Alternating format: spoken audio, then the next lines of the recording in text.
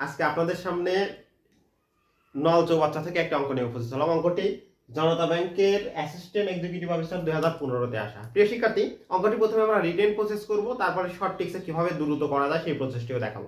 প্রিয় শিক্ষার্থী, খেয়াল করেন, বলা হচ্ছে একটি পানির ট্যাঙ্ক 2/5 পূর্ণ আছে। পাইপ এ দ্বারা ট্যাঙ্কটি 10 মিনিটে পূর্ণ হয় এবং পাইপ বি দ্বারা 6 মিনিটে খালি হয়। যদি দুইটি পাইপই একসাথে খুলে দেওয়া থাকে তাহলে সম্পূর্ণ ট্যাঙ্কটি কত সময়ে পূর্ণ হবে বা খালি হবে। প্রিয় শিক্ষার্থী, খেয়াল করেন যে যদি আমরা বলি যে যেহেতু 10 মিনিটে পূর্ণ হয় পাইপ এ দ্বারা, তাহলে আমরা লিখতে পারি যে এ দ্বারা 1 মিনিটে পূর্ণ হয় 1/10 অংশ।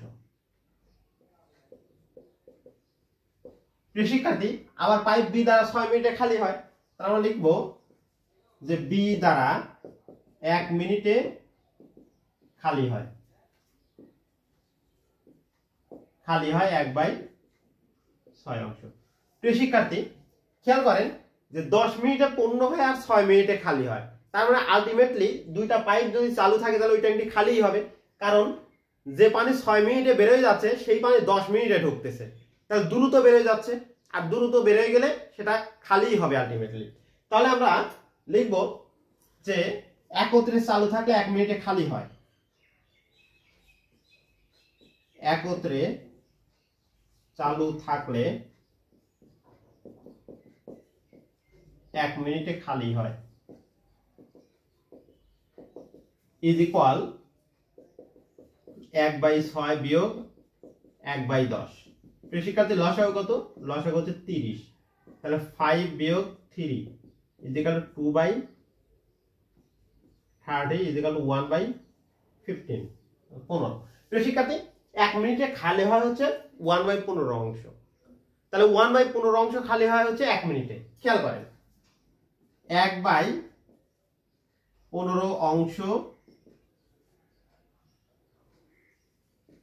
খালি হয় 1 মিনিটে। প্রিয় শিক্ষার্থী, তাহলে 1 অংশ খালি হবে কত মিনিটে? 1 অংশ খালি হবে 15 মিনিটে। আর দেখেন, পূর্ণ ছিল 2/5 অংশ, অর্থাৎ 2/5 অংশ পূর্ণ ছিল, তাহলে 2/5 অংশ খালি হবে কতটুকু সময়? প্রিয় শিক্ষার্থী, 15 গুণন 2/5, তাহলে এটা কেটে দিলে কত হবে? 6, তাহলে 6 মিনিটে খালি হবে। প্রিয় শিক্ষার্থী, তাহলে উত্তর হলো 6, এটা রিটেন প্রসেস। খেয়াল করেন, যদি আমরা শর্ট প্রসেসে প্রিলির জন্য দ্রুত উত্তর করতে চাই তাহলে কত হবে? প্রিয় শিক্ষার্থী, দেখেন, আমরা পাইপ এ এবং পাইপ বি লিখলাম।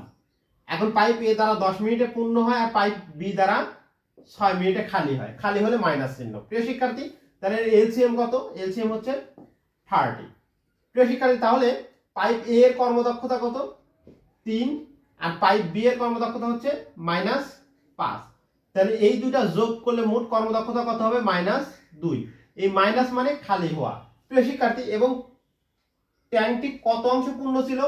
এই 30 অংশের মধ্যে পানি পূর্ণ ছিল হচ্ছে 2/5 অংশ, তার মানে কত হচ্ছে? 6 ইজ ইকুয়াল টু 12 অংশ পানি পূর্ণ ছিল, তাহলে 12 অংশই খালি হবে।